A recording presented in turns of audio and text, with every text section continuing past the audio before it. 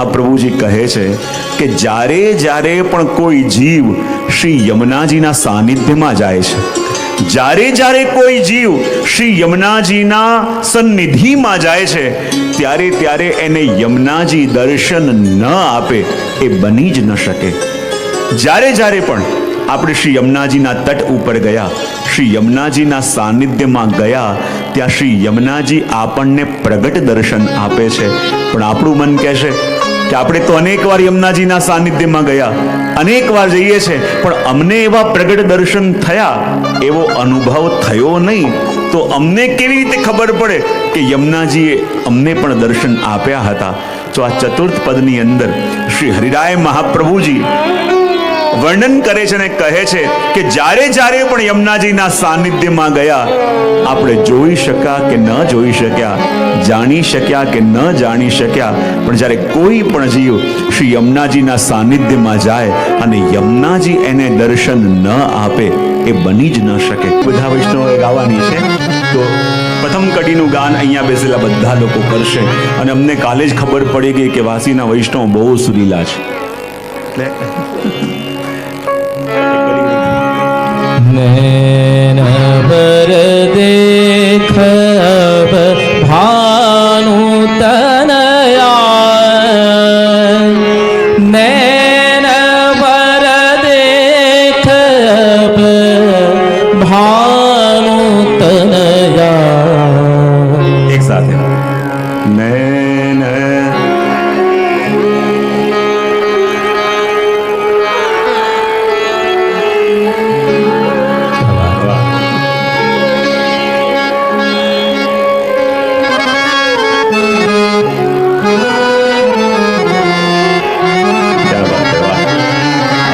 દિવસે વાસીથી ભજવાસી થઈ ગયા બધા. આપની કૃપા છે. ચતુર્થ પદની અંદર શ્રી હરિરાય મહાપ્રભુજી આજ્ઞા કરે છે કે કોઈ પણ જીવ ક્યારે પણ શ્રી યમુનાજીના તટ ઉપર ગયો, શ્રી યમુનાજીના સાનિધ્યમાં જાય અને યમુનાજી એને દર્શન ના આપે એ બની જ ન શકે. આપણને લાગે કે આપણે તો અનેક વાર ગયા, દર વર્ષે જઈએ છીએ, ઘણા વર્ષમાં 2 વાર જાય છે અને યમુનાજીનું પૂજન કરવા જઈએ, મનોરથ કરવા જઈએ, પણ અમને તો એવો ક્યારે અહેસાસ થયો નથી કે શ્રી યમુનાજી અમને દર્શન આપ્યા. તો શ્રી યમુનાજી કઈ રીતે દર્શન આપે છે? શ્રી યમુનાજી દર્શન આપ્યા વિના કોઈ જીવને જવા ન દે એ કેમ કરીને ખબર પડે? વિચાર કરો, શ્રી યમુનાજી તો આપણા અલૌકિક માં છે. અને કોઈ પણ બાળક યદી માં પાસે આવે અને માં એને મળે નહીં, શું એ સંભવ છે? ઘણી વાર મારા પ્રવચનમાં હું કહેતો હોઉં કે એકવાર એક દંપતી એના નાનકડા બાળકને લઈને અને ક્યાંક મેળાની અંદર ગયા. વિદેશની અંદર એ દંપતી રહેતું હતું. અને જ્યારે કોઈ મેળાની અંદર ગયા અને એટલી ભીડ હતી ત્યાં ફેરની અંદર કે અચાનક બાળકનું હાથ માંથી છૂટી ગયો. અને મેળામાં ખૂબ ભીડ હતી અને જ્યારે બાળકનો હાથ છૂટી ગયો અને બાળક ક્યાંય દેખાતો નથી અને એની માં, પેલી સ્ત્રી ધ્રુસકે ને ધ્રુસકે રડી રહી છે કે કેમ કરીને મારા બાળકને ગોતીને લાવ. એના પતિએ કહ્યું, જુઓ, આ મેળાની બહાર તો ગયો નથી અને અહીંયા જ હશે, ચિંતા ન કરો, હું પોલીસમાં ને બધે ઇન્ફોર્મ કરી દઉં છું, તો એ ક્યાંથી પણ કેમે કરીને ગોતીને લઈ આવશે. પણ એના આંસુ સુકાતા નથી, ધ્રુસકે ને ધ્રુસકે રડી રહી છે. ગોતવામાં 1 કલાક લાગ્યો. એના પતિએ કહ્યું, તું કંઈક પાણી પી લે, કંઈક લઈ લે, તારી દશા કેવી થઈ ગઈ છે? પણ પેલી રડતી જાય છે અને કહે છે કે કેમે કરીને મારા બાળકને શોધીને લાવ. જ્યાં સુધી મારું બાળક મારી પાસે ન આવે, મારા પ્રાણ શરીરમાં નહીં રહે. અને જ્યાં આવી રીતે ન કંઈ ખાધું, ન કંઈ પીધું, અને 1-2 કલાક પછી જ્યારે એનું બાળક મળી ગયું અને એને લઈને આવ્યા અને આવીને જ્યાં પેલી સ્ત્રીએ જોયું, ભાગતી ભાગતી ગઈ, પેલા બાળકને ભેટી લીધો, એને ખૂબ વહાલ કરવા લાગી. અને પેલો એનો પતિ ઊભો ઊભો આ દ્રશ્ય જુએ છે. અને જ્યારે બાળકને જોઈને માં સ્વસ્થ થઈ ગઈ, અને જ્યાં માં સ્વસ્થ થઈ ગઈ અને પેલી સ્ત્રી કહેવા લાગી, ચલો હવે આપણે મેળામાં ફરવા માટે જઈએ, ત્યારે એના પતિએ કહ્યું કે ના, મારે પાછા ઘરે જવું છે. એ સ્ત્રી કહેવા લાગી, અરે મારો બાળક ખોવાઈ ગયો, મારો દીકરો મળતો નહોતો, એટલા માટે તો હું રડતી હતી, હવે તો એ મળી ગયો છે, પછી સમસ્યા શું હોઈ શકે? હવે ચાલો મેળામાં ફરવા જઈએ. એનો પતિ કહે કે ના, મારે હવે ઘરે જવું છે. એનો ચહેરો ગંભીર થઈ ગયો. એની પત્નીએ કહ્યું કે શું થયું? બોલે મારે ઘરે જવું છે અને ઘરે જઈને પાછા ઇન્ડિયા જવાની તૈયારી કરવી છે. બોલે અચાનક શું થયું? એ કે જ્યારે મેં જોયું કે ખાલી 2 કલાક તારો દીકરો તારાથી દૂર રહ્યો અને રડી રડીને તારી શું દશા થઈ ગઈ, અને હું તો મારી માને મૂકીને અહીંયા આવે આજે 15 વર્ષ થઈ ગયા, તો એની શું દશા થઈ હશે? જ્યારે 2 કલાક પણ પોતાના બાળકથી દૂર રહીને એ માં વ્યાકુલ થઈ જાય, તો આજે 15 વર્ષ થયા હું અહીંયા રહી રહ્યો છું, તો એ માની દશા શું થઈ હશે? વિચાર કરો, 2 કલાક પણ દીકરો દૂર રહે અને માની આવી દશા થઈ જાય. અને શ્રી યમુનાજી તો આપણા એવા અલૌકિક માં છે કે જેનાથી વિખૂટા પડે આપણને કેટલાય વર્ષો વ્યતીત થઈ ગયા. તો વિચાર કરો કે એ માનો વિયોગ, એ માનો તાપ એના બાળકો માટે કેવો હશે. અને આવા અલૌકિકમાં શ્રી યમુનાજી અને એના સાનિધ્યમાં જ્યારે આપણે જઈએ અને એ યમુનાજી આપણને દર્શન ન આપે, શું એ ક્યારે સંભવ છે? જ્યારે હરિરાયજીએ કહ્યું કે શ્રી યમુનાજીના તટ પર જ્યારે જાઓ છો, શ્રી યમુનાજીના સાનિધ્યમાં જ્યારે જાઓ છો અને યમુનાજી દર્શન ના આપે, બને નહીં. પાસે ઉભેલા માનો વૈષ્ણવે કીધું હશે, અમે કેમ કરીને જાણીએ કે અમને શ્રી યમુનાજીએ પ્રગટ દર્શન આપ્યા? ને ત્યારે માનો હરિરાયજીનો હાથ પકડી એને આગળ કર્યો અને કહ્યું, નૈન ભર દેખ અબ ભાનુ તનયા. આ નૈન ભરીને શ્રી યમુનાજીના દર્શન કરો. નૈન ભરીને દર્શન કર્યા ક્યારે કહેવાય કે એકવાર નૈનોમાં શ્રી યમુનાજીને સમાયા પછી આ નૈનોમાં ઓર કોઈની જરૂર ન રહે. તો માનો નૈન ભરીને દર્શન કર્યા. નૈન ભરીને દર્શન કર્યા ક્યારે કહેવાય કે જ્યાં પણ જોઈએ ત્યાં આપણને એ જ દેખાય. પ્રીતમ છબી નૈનન બસી और छबी कहाँ समाय, भरी सराह रहीम લખી પથિક આપ મુડ જાય. જ્યારે એને નૈનોમાં વસાયા પછી બીજા કોઈનું નૈનોમાં સ્થાન ન રહે, ત્યારે એ નૈન ભરીને નિરખ્યા કહેવાય. અને હરિરાયજી કહે છે કે શ્રી યમુનાજીના દર્શન કરવા હોય તો નૈન ભરીને દર્શન કરો. નૈન ભર દેખ અબ ભાનુ તનયા. જો યમુનાજીના દર્શન કર. અને એમ કહે છે કે યમુનાજી તને દર્શન ના આપ્યા તો કહે, મને સાચે સાચું બતાવો, તમે બધા પણ યમુનાજીના તટ પર દર વર્ષે, 2 વર્ષે, 3 વર્ષે એકવાર તો જતા હશો કે નહીં? કેટલા જઈને આવ્યા છો? લગભગ બધા જ હશે. બધા યમુનાજીના તટ પર ગયા. અને જ્યારે તટ પર ગયા, સાનિધ્યમાં ગયા, તો હરિરાયજી તો કહી રહ્યા છે કે એના તટ પર જઈએ, સાનિધ્યમાં જઈએ અને દર્શન યમુનાજી ન આપે એ સંભવ જ નથી. તો તમને પણ વિચાર આવશે કે અમે તો દર વર્ષે જઈએ છીએ, પણ એવા દર્શન અમને થયા હોય એવો અનુભવ અમને યાદ આવતો નથી. તો અહીંયા હરિરાયજી કહે છે કે જ્યારે જ્યારે પણ યમુનાજીના તટ ઉપર ગયા અને તટ પર ઊભા હતા, તમને ઓર કઈ દર્શન થયા કે ન થયા? યમુનાજીના જલમાં ઉઠતી ગોળ તરંગોના દર્શન થયા હતા કે નહીં? યમુનાજીના તટ પર જ્યારે ઊભા હતા ત્યારે યમુનાજીમાં ઉઠતા તરંગના દર્શન થયા હતા કે નહીં? અને જો તરંગના દર્શન થયા અને આપણે કહીએ છીએ યમુનાજીએ દર્શન ન આપ્યા, આ યમુનાજીના જલમાં ઉઠતી તરંગો શું છે? મહાપ્રભુજી કહે, તરંગ ભુજ કંકણ. આ તરંગ બીજું કાંઈ નહીં, એ તો યમુનાજીએ પોતાના હસ્તમાં ધારણ કરેલા કંકણ છે. અને જે વખતે યમુનાજીના તટ પર ઊભા હોઈએ અને યમુનાજીના જલમાં તરંગ ઉઠે તો દંડવત પ્રણામ કરજો. આજે શ્રી યમુનાજીએ પોતાનો ઊંચો કરેલા હસ્તના દર્શન આપણને આપ્યા છે. જ્યારે વર્ષો પછી કોઈ બાળક મા પાસે આવે ને તો મા સૌથી પહેલા શું કરશે? એનો હાથ લઈને બાળકના માથે ફેરશે. અને જ્યારે જીવ પણ યમુનાજીના તટ પર જાય અને ત્યારે યમુનાજીના જલમાં જે તરંગ ઉઠે છે એ તરંગ બીજો કાંઈ નહીં, એ યમુનાજીનો ઊંચો કરેલો હસ્ત છે. પ્રકટ મુક્તિકા વાલુકા. અને જે ત્યાંની રજ છે, એ રજ શું છે? એ કંકણમાં જડેલા મોતીઓ છે. અને એ દર્શન થયા અને આપણે કહીએ છીએ કે આપણને શ્રી યમુનાજીને દર્શન ના આપ્યા.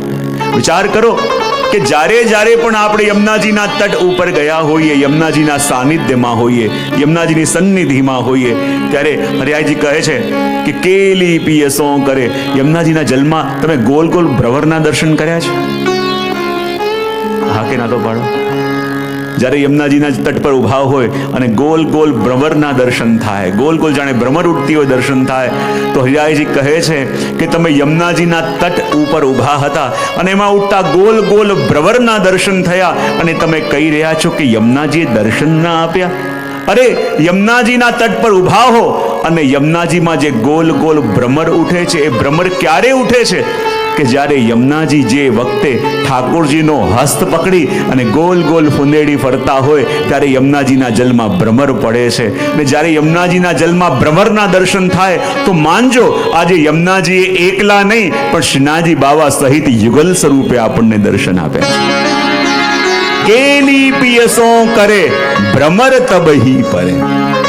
જ્યારે ઠાકોરજી સાથે શ્રી યમુનાજી વિહાર કરે છે ત્યારે યમુનાજીના જલમાં ભ્રમર પડે છે અને એ ભ્રમરના દર્શન થયા ત્યારે માનો યમુનાજીએ એકલા નહીં પણ યુગલ સ્વરૂપે આપણને દર્શન આપ્યા અને આપણે કહીએ કે એમના દર્શન ન થયા?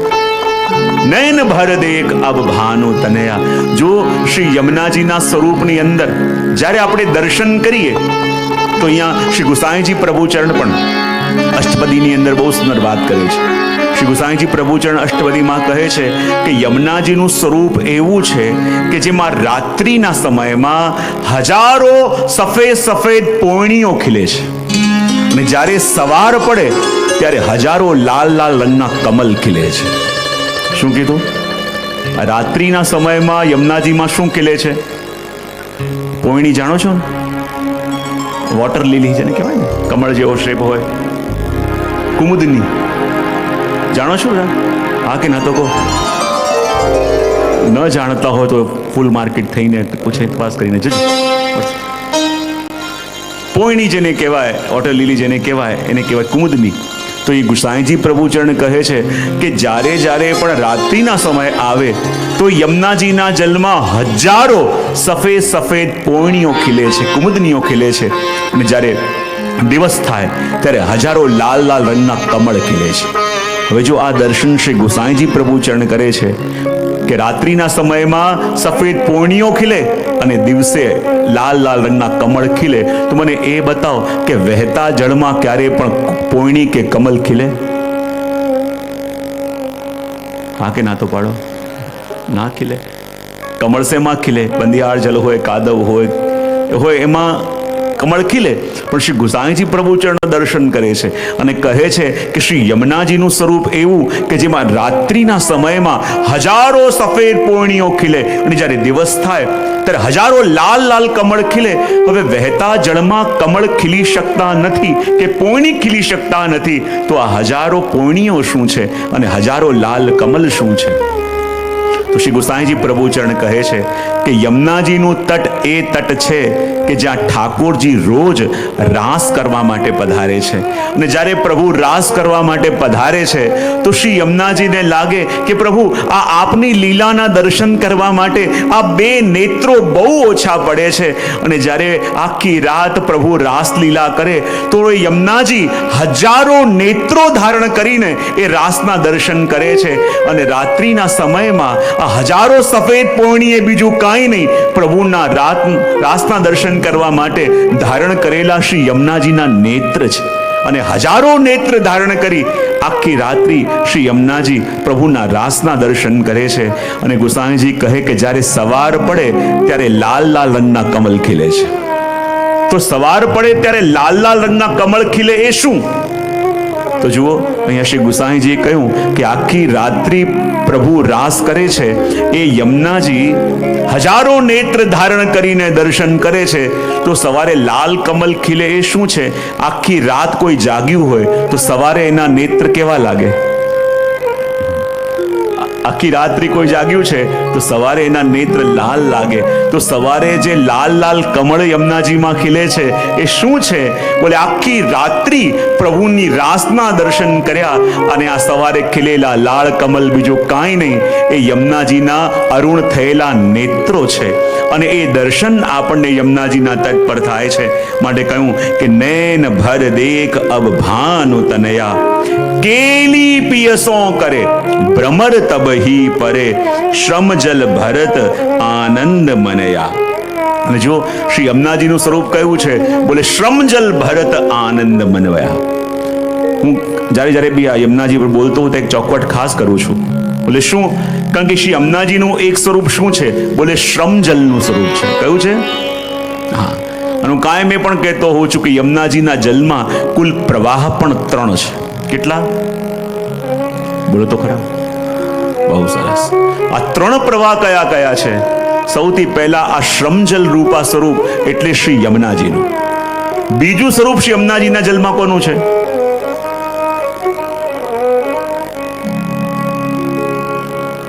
હા, બીજું સ્વરૂપ શ્રી યમુનાજીના જલમાં કોનું છે?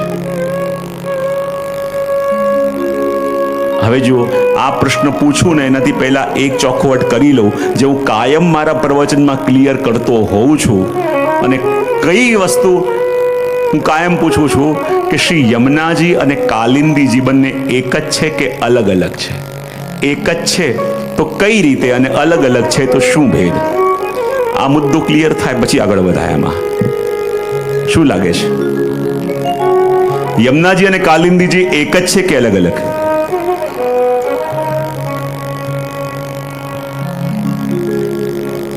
ચલો, યમુનાજી અને કાલિંદીજી અલગ અલગ છે એવું માનતા હોય છે, આંગળી ઊંચી કરજો.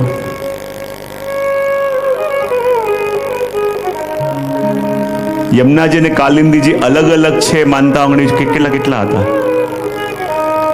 અડધી અને અડધી એટલે એક કહેવાય. અડધા હતા. દૂર દૂર છૂટા છવાયા 3-4 દેખાય છે, અહીંયા 2 દેખાય. 7-8 લોકો એમ માને છે કે યમુનાજી અને કાલિંદીજી બંને અલગ અલગ છે. અને યમુનાજી અને કાલિંદીજી બંને એક જ છે એવું માનતા આંગળી ઊંચી કરજો. ઓહો, ઘણા બધા લોકોએ હાથ ઊંચો કર્યો કે યમુનાજી અને કાલિંદીજી બંને એક જ છે. તો જો 7-8 લોકોએ એમ કહ્યું કે બંને અલગ અલગ છે, 25-30 વૈષ્ણવોએ કહ્યું કે બંને એક જ છે, આ બાકી બધાનું શું? જે પણ આન્સર આવે, અમે તો આ જ કહેવાના હતા, પણ ક્યાં બધાની સામે બોલવું? તો યમુનાજી અને કાલિંદીજી બંને એક જ છે કે અલગ અલગ છે? તો યમુનાજી અને કાલિંદીજી એ બંને એક જ નથી, બંને અલગ અલગ છે. ઘણી વાર આપણે સાંભળતા હોઈએ કે ચતુર્થ વિવાહ કાલિંદીજી સાથે થયા, પણ યમુનાજી અને કાલિંદીજી એ બંને એક નથી, બંને અલગ અલગ છે. કાલિંદીજી એ ઠાકોરજીના ચતુર્થ પટરાની છે અને યમુનાજી ઠાકોરજીના ચતુર્થ પ્રિયા છે. યમુનાજી બ્રજલીલામાં છે અને કાલિંદીજી એ દ્વારિકા લીલામાં છે. જુઓ, જોવા જઈએ તો યમુનાજીનું પ્રાગટ્ય પણ સૂર્યમાંથી અને કાલિંદીજીનું પ્રાગટ્ય પણ સૂર્યમાંથી. કાલિંદીજીનું પ્રાગટ્ય આ ભૌતિક સૂર્યમાંથી અને યમુનાજીનું પ્રાગટ્ય એ સૂર્યના મધ્યમાં બિરાજેલા નારાયણના હૃદયમાંથી. તો યમુનાજી અને કાલિંદીજી બંનેનું પ્રાગટ્ય સૂર્યમાંથી, પણ જ્યારે કાલિંદીજીનું પ્રાગટ્ય થયું ને તો કાલિંદીજીએ કલિંદ પર્વત ઉપર પ્રભુને પતિના રૂપે પામવા માટે તપ કર્યું. ત્યાં એક રાજા આવ્યો અને આવીને આપના સ્વરૂપ પર મોહિત થઈ આપનો સ્પર્શ કર્યો, અને માટે કાલિંદીજીએ કહ્યું કે મારો સ્પર્શ કર્યો માટે મારો દેહ પ્રભુને લાયક ક્યાંથી રહે, એમ વિચાર કરી એમણે પોતાના દેહને જલના રૂપે પ્રવાહિત કર્યું. બોલે ક્યાં? બોલે કલિંદ પર્વત ઉપર. ક્યાં? જરા ભાવથી બોલો તો ખરા. કલિંદ પર્વત ઉપર. અને જ્યારે યમુનાજી પણ ભૂતલમાં સૌથી પહેલા પધાર્યા તો ક્યાં પધાર્યા? કલિંદ ગિરી મસ્તકે પતદ મંદ પૂરોજ્વલા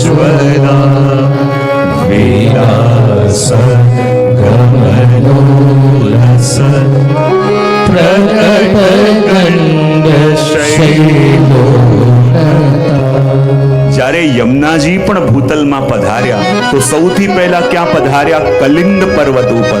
તો કલિંદ પર્વત ઉપર યમુનાજી અને કાલિંદીજી એ બંનેનો સંગમ થયો. જુઓ, જ્યારે તમે યમુનાજીનું પૂજન કરો છો તે પૂજન કોનું કરો છો? જ્યારે જ્યારે પણ આપણે મથુરામાં જઈએ અને પૂજન કરીએ એ કાલિંદીજીનું અને સામગ્રી અરોગાઈએ એ યમુનાજીને.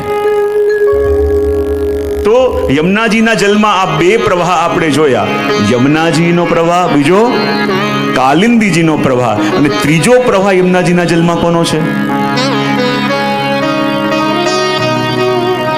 યયા ચરણ પદ્મજા. ત્રીજો પ્રવાહ યમુનાજીના જલમાં કોનો છે? બતાવો અહીંયાથી. કેટલા યમનાષ્ટક કરે છે? જરા ચહેરા બતાવજો. બહુ સારા. યમનાષ્ટક કર્યા વિના તો અમે જલ ના લઈએ, યમનાષ્ટક કર્યા વિના તો અમે આમ ના કરીએ, પણ અંદર શું આવે એ કંઈ જાણીએ. અહીંયા સચ્ચાઈ રહી છે ખરેખર. તો ત્રીજો પ્રવાહ યમુનાજીના જલમાં કોનો છે? કોનો? ગંગાજી.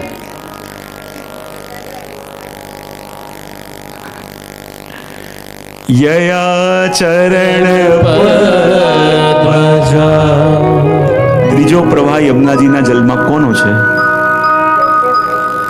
હા, ઠાકોરજીનો પ્રવાહ. ઠાકોરજી ક્યારે પ્રવાહિત થયા હતા?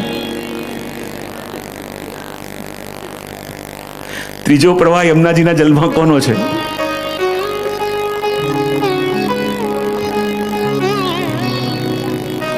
બિલકુલ. ત્રીજો પ્રવાહ યમુનાજીના જલમાં કોનો છે? હજી શોર્ટ કરું.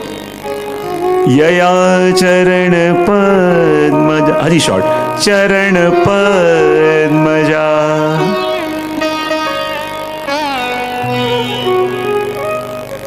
હા, કયો આન્સર કીધો મેં? કમળ. બહુ સરસ. કમળનો પ્રવાહ. એક આવ્યો ગંગાજીનો પ્રવાહ. પછી હા, પ્રભુના ચરણનો પ્રવાહ. પછી લક્ષ્મીજીનો પ્રવાહ. એ ક્યારે પ્રવાહિત થયા હતા? બહુ સરસ.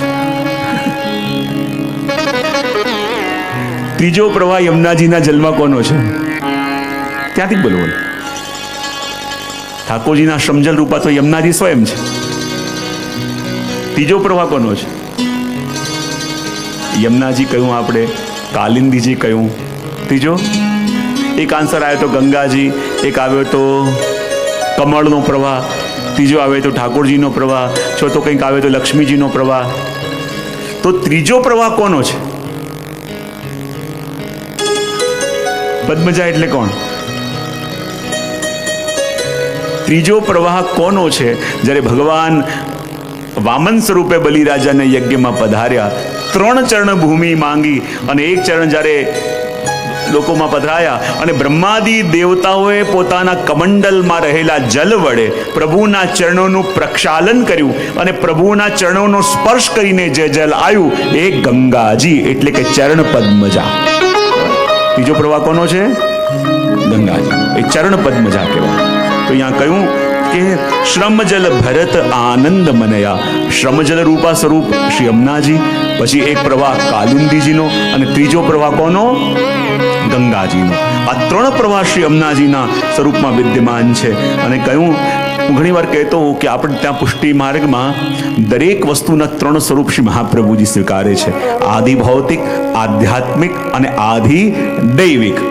તો એમાં યમુનાજી દિલ્હીમાં પણ છે, મથુરામાં પણ છે અને ગોકુલમાં પણ છે. પણ અહીંયા કોઈ પણ કહે કે મારે યમુના પાન કરવા જવું છે તો તમે ક્યારે પૂછો છો દિલ્હી જાઓ છો?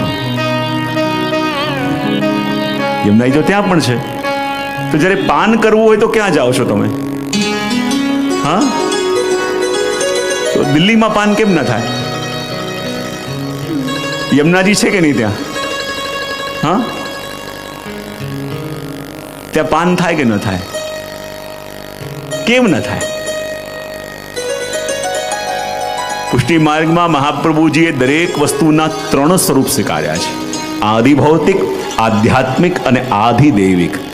આજ આપશી આજ્ઞા કરે છે કે મથુરામાં અન્ય સ્થાનોમાં જે યમુનાજીનું સ્વરૂપ છે એ આધિ ભૌતિક એટલે કે ત્યાં યમુનાજી નદી રૂપા. મથુરામાં શ્રી યમુનાજીનું આધ્યાત્મિક સ્વરૂપ એટલે કે ત્યાં યમુનાજી તીર્થ રૂપા અને ગોકુલ ઇત્યાદિ સ્થાનોમાં શ્રી યમુનાજીનું આધિદૈવિક સ્વરૂપ એટલે કે ત્યાં યમુનાજી સાક્ષાત ભગવત સ્વરૂપા છે. એટલે યમુનાજીના સ્વરૂપમાં અને ઠાકોરજીના સ્વરૂપમાં કોઈ ભેદ નહીં. બોલે યમુનાજીમાં અને ઠાકોરજીમાં શું ફરક?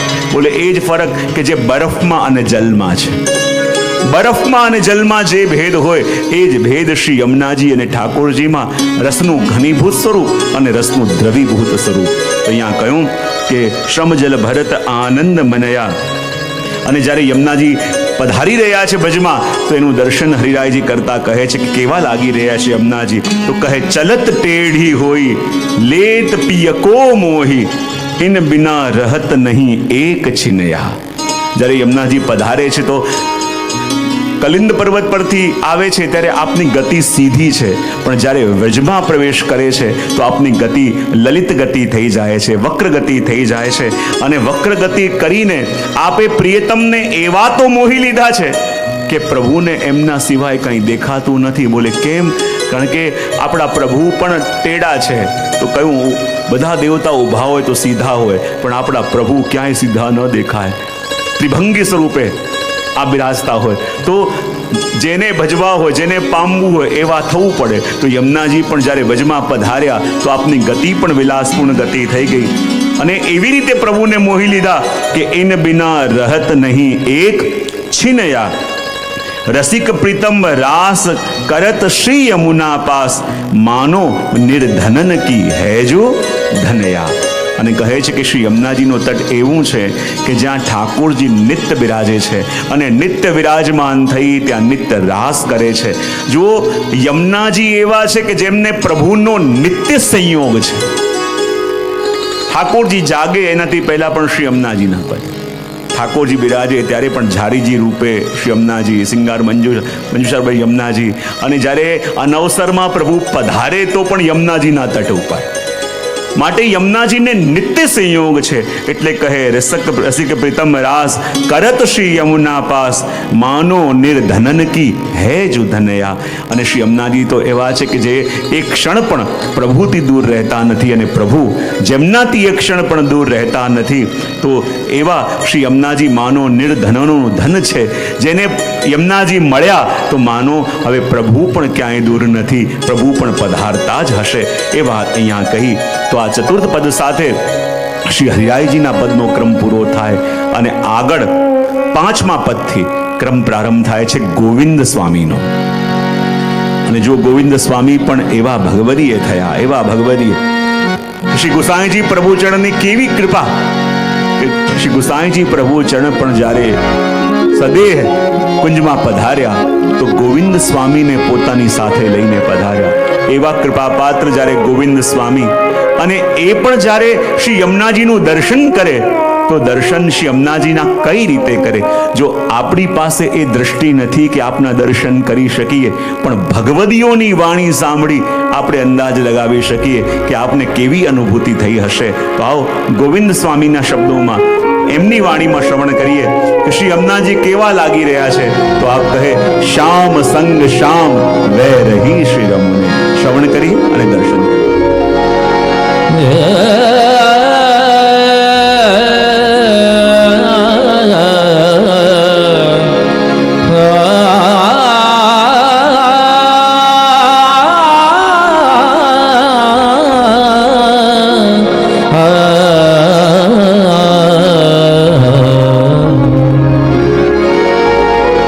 श्याम संग श्याम वे रही श्री यमुने.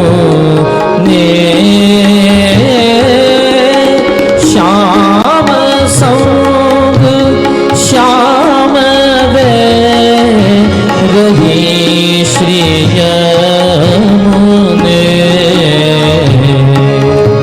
सुरा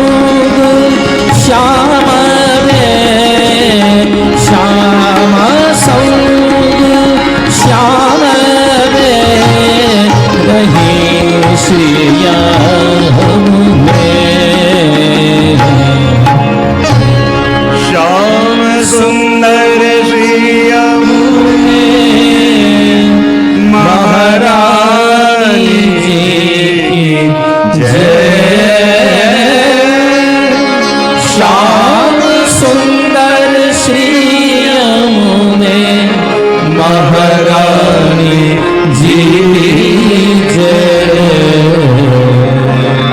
તમને જરાય ભૂલ્યો નથી.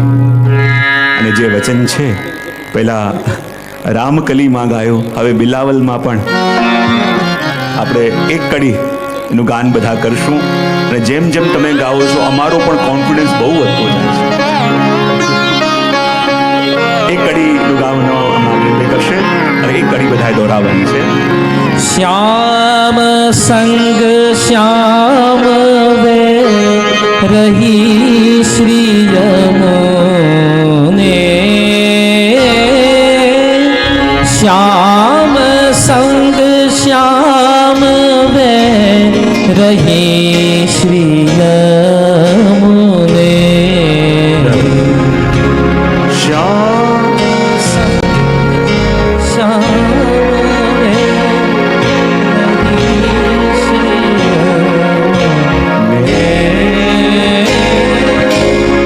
શ્યામ સંગ શ્યામ વે રહી શ્રી. ખરેખર વાસીના પાણીમાં કંઈક છે. એક સાથે આવું સુરીલું બધા. ગોવિંદ સ્વામી શ્રી અમનાજીના સ્વરૂપનું વર્ણન કરતા કહી રહ્યા છે કે શ્યામ સંગ શ્યામ વે રહી શ્રી યમુને. ગોવિંદ સ્વામી જ્યારે આ પદનું ગાન કરે છે ત્યાં પ્રભુની એક પ્રગટ લીલા થઈ રહી છે. જ્યાં ગોવિંદ સ્વામી શ્રી યમુનાજીના તટ ઉપર છે અને એ જ વખતે એક તરફથી ઠાકોરજી પધાર્યા અને એક તરફથી અનેક અનેક ગોપીજનો સાથે સ્વામિનીજી પધાર્યા. આ તરફ પ્રભુ પધાર્યા એમના સખાઓ સાથે અને આ તરફથી સ્વામિનીજી એમની સખીઓ સાથે પધાર્યા. અને આજે ઠાકોરજી કહે ચલો આપણે રાસ પ્રારંભ કરીએ. પણ સ્વામિનીજી કહે ના પ્રભુ, આજે મારી કંઈક ઓર ઈચ્છા છે. બોલે શું? આજે આપણે એક રમત રમીએ. બોલે શું? એવું કરીએ આપણે એક પછી એક વારાફરતી શ્રી યમુનાજીના જલની અંદર સંતાઈ જઈએ અને સામેવાળાએ એમને ગોતવાનું રહેશે કે ક્યાં સંતાયા છે. જો પહેલી વારમાં ગોતી લે તો જે જીતે એ જે માંગે એ સામેવાળાએ આપવું પડે. ઠાકોરજી કહે ઠીક છે, તો પહેલા કોણ સંતાશે? સ્વામીજી કે પહેલા હું સંતાઈશ. સ્વામીજી વિચાર કરે આખું વર્ષ પ્રભુએ હેરાન કર્યા છે અને હવે હું એવી રીતે સંતાઈ જઈશ કે પ્રભુ ગોતી નહીં શકે, પ્રભુ હારી જશે, તો મારે જે માંગવું હોય બધું માંગી લઈશ. પ્રભુ કે ઠીક છે. અને પ્રભુ પણ કમર સુધીના જલમાં ઊભા છે અને સ્વામીજી અને બધી સખીઓ પણ કમર સુધીના જલમાં ઊભા છે. અને પ્રભુ કહ્યું એવું કરો સ્વામીજી પહેલા આપ સંતાવો. તો સ્વામીજી કે પ્રભુ 2 મિનિટ માટે આંખો બંધ કરો, ત્યાં સુધી સંતાઈ જાઉં અને પછી આપ મને શોધો. અને એક વારમાં આપણે શોધી લેવાના ન શોધી શક્યા તો પછી આપ હાર્યા અને શોધી લીધા તો આપ જીત્યા. બોલે ઠીક છે. પ્રભુએ નેત્ર બંધ કર્યા અને સ્વામીજીએ યમુનાજીમાં ડૂબકી લગાવી અને જ્યાં ડૂબકી લગાવી અને પ્રભુએ નેત્ર ખોલ્યા તો શું જોયું? સ્વામીજીનો વર્ણ કેવો છે? બોલે કંચન વર્ણ, પિત્ત વર્ણ છે. અને યમુનાજી કેવા છે? બોલે શ્યામ. હવે શ્યામની અંદર કોઈ પિત્ત વર્ણનું હોય તો સોનેરી પ્રકાશ ઉપર આવતો હોય એવું દેખાઈ રહ્યું છે. અને ત્યાં જ પ્રભુ પધાર્યા અને આવીને કહે પ્યારીજુ બહાર આ જાઓ. અને ખરેખર સ્વામીજી બોલે હવે શું જોઈએ? બોલે મને આ આપી દો, એ આપી દીધું. ફરી મને સંતાવવું છે. બોલે સંતાવ.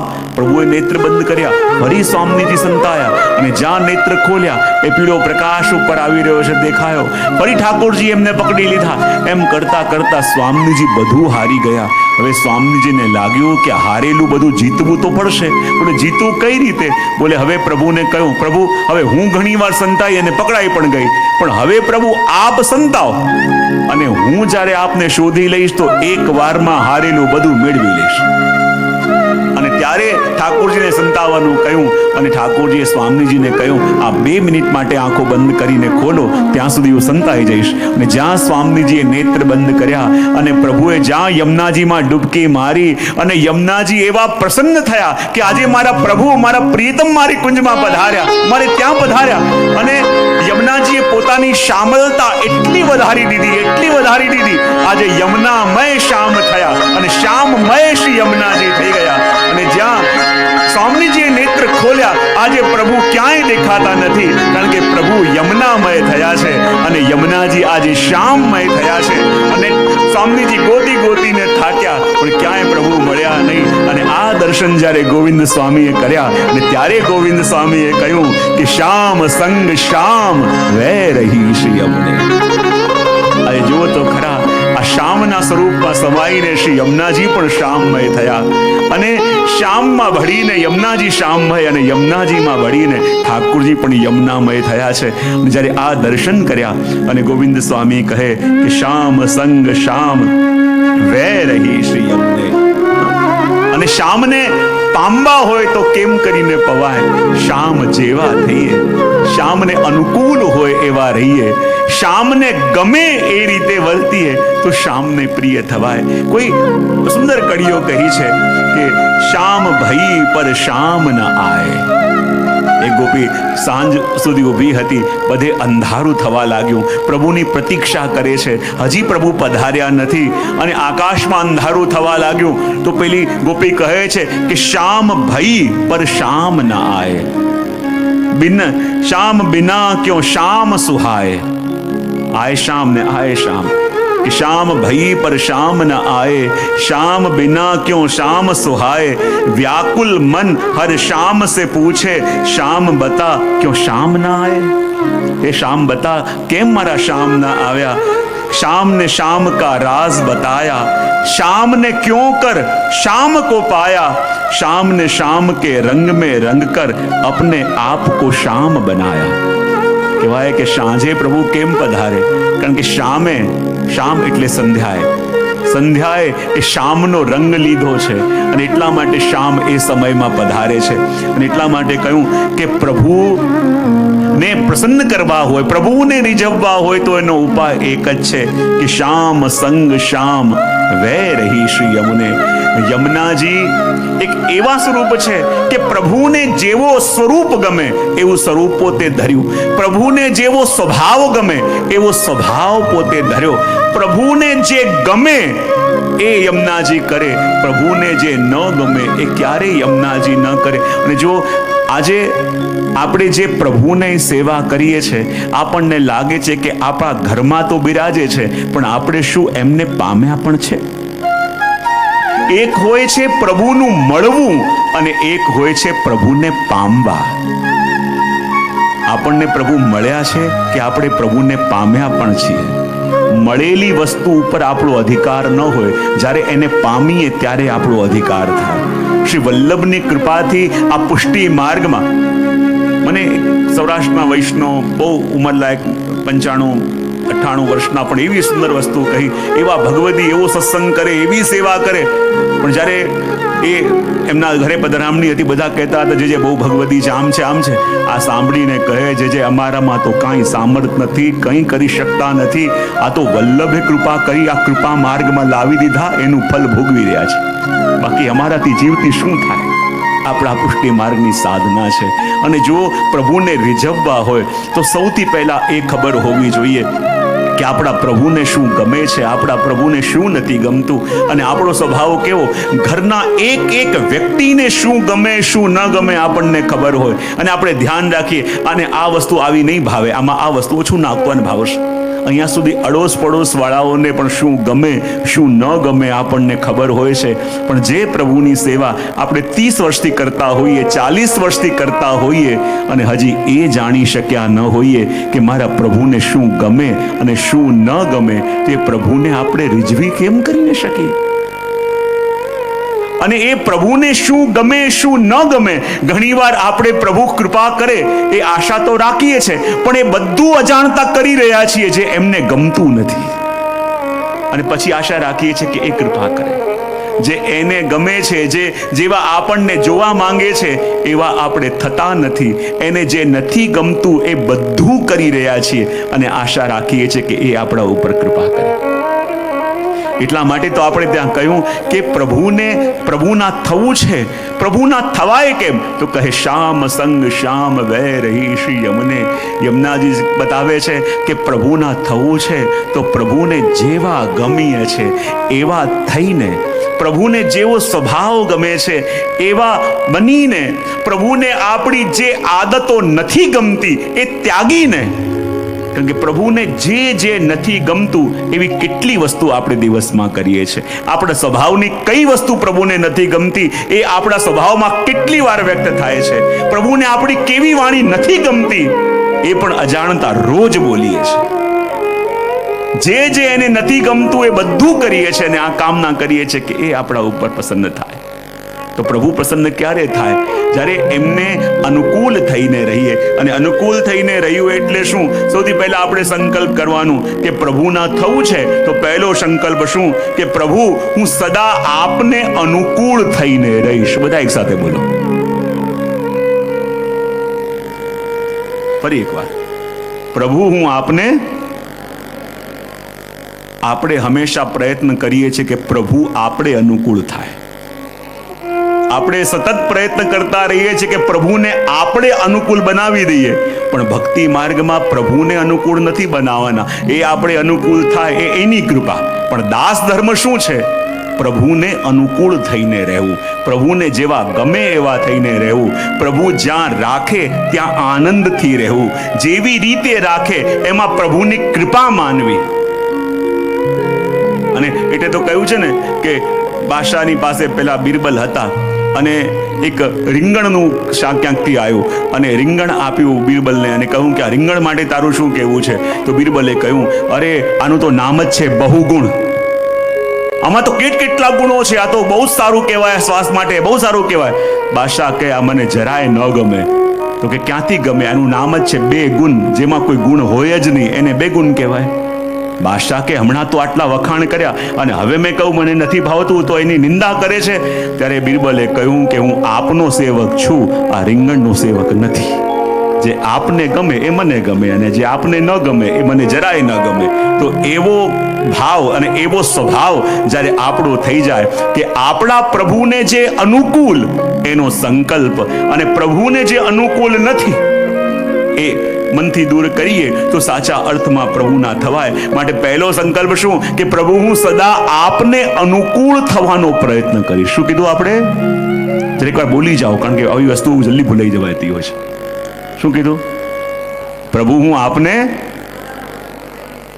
અનુકૂળ થઈને. આજુબાજુ વાળા સાંભળી લેજો, આ બોલ્યા છે. બહુ સરસ. શ્રી અમનાજીની સાક્ષી બોલ્યા છો કે પ્રભુ હું આપને અનુકૂળ થઈને રહીશ. જીવનભર એમને આપણા અનુકૂળ કરવાનો પ્રયત્ન કરતા રહ્યા, પણ હવે કહીએ છીએ પ્રભુ હું આપને અનુકૂળ થઈને રહીશ. અને અનુકૂળ એટલે જ્યાં રાખો ત્યાં ગમે. જેવો સંગ મળ્યો એ ગમે. જેવી જગ્યાએ રાખો એ ગમે. કારણ કે પ્રભુએ મારા માટે પસંદ કર્યું છે અને પ્રભુએ જે મારા માટે પસંદ કર્યું છે એમાં મને પીડા કેમ હોય.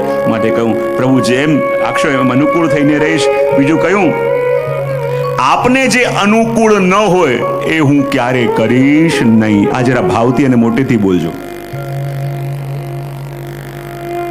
કેમ ડરો છો? જે આપને અનુકૂળ નહીં હોય એ હું કરીશ નહીં. જરા મોટેથી બોલી જજો આ વાત. અને આ રેકોર્ડિંગમાં એક એકના ચહેરા આવે એવો પ્રયત્ન કરજો. એટલે જ્યારે બી વિડીયો જુઓ ને યુટ્યુબમાં યાદ આવે કે હા બોલ્યો તો.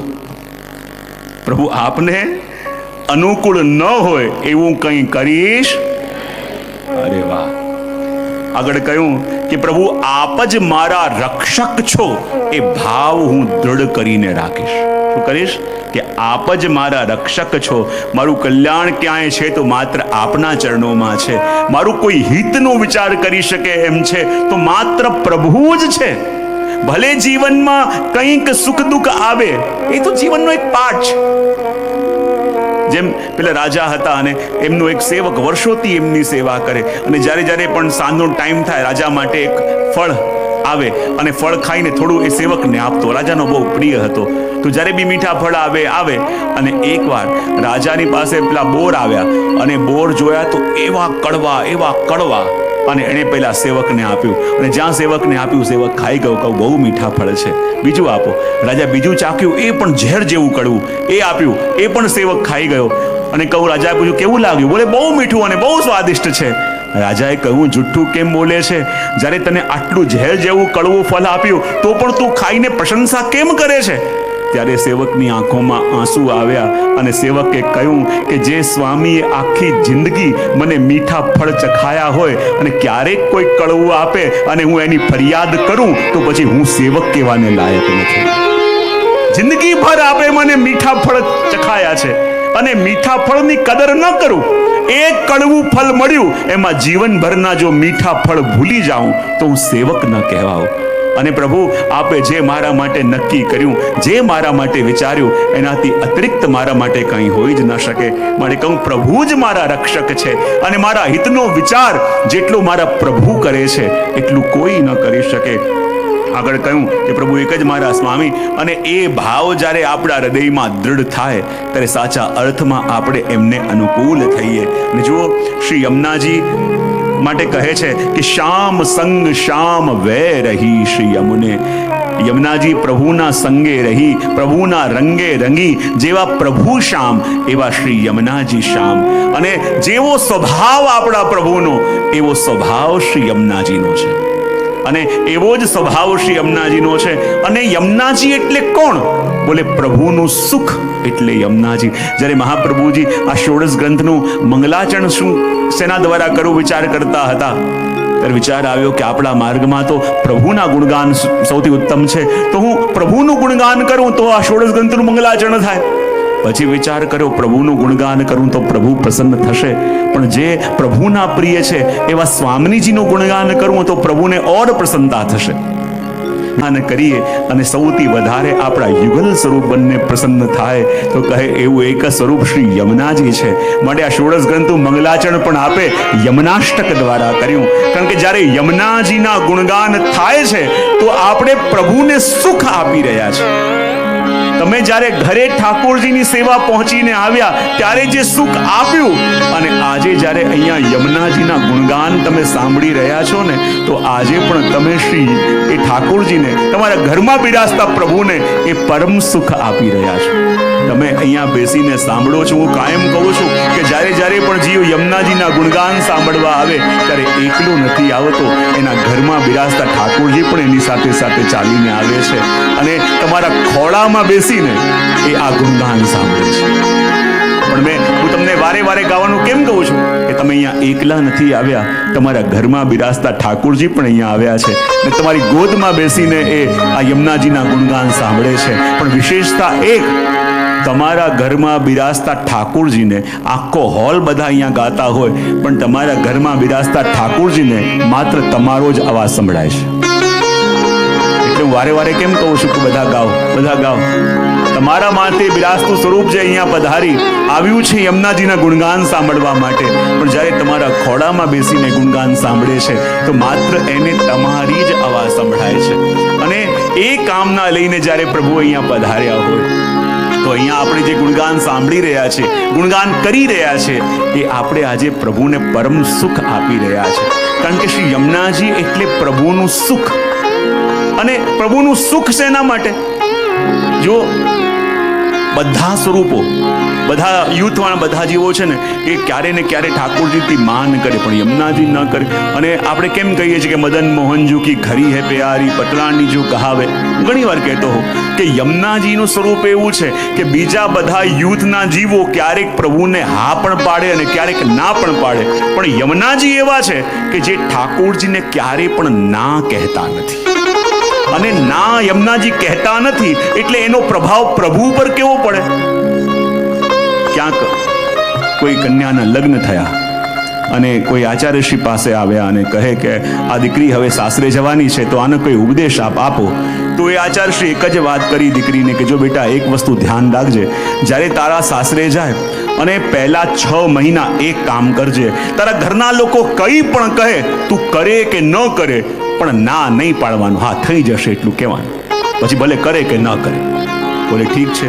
હવે 6 મહિના એ રહીને પાછી આવી, ફરી ગુરુના પાસે ગઈ. ગુરુ કે હવે ઘરમાં માહોલ કેવો છે? બોલે ઘરનો માહોલ આખો બદલાઈ ગયો છે. બોલે કેમ? કે આપે મને કીધું હતું કે કંઈ પણ ઘરના લોકો કહે ના નહીં પાડવાની, હા કહેવાનું કે હા થઈ જશે. અને મેં 6 મહિના સુધી એમ જ કર્યું. ઘરના લોકો કંઈ પણ કહે બોલે હા થઈ જશે, હા થઈ જશે. અને ઘરનો માહોલ બદલાય ગયો. બોલે કેમ કે 6 મહિના સુધી ઘરના લોકો જે પણ કહે હું કહું હા થઈ જશે.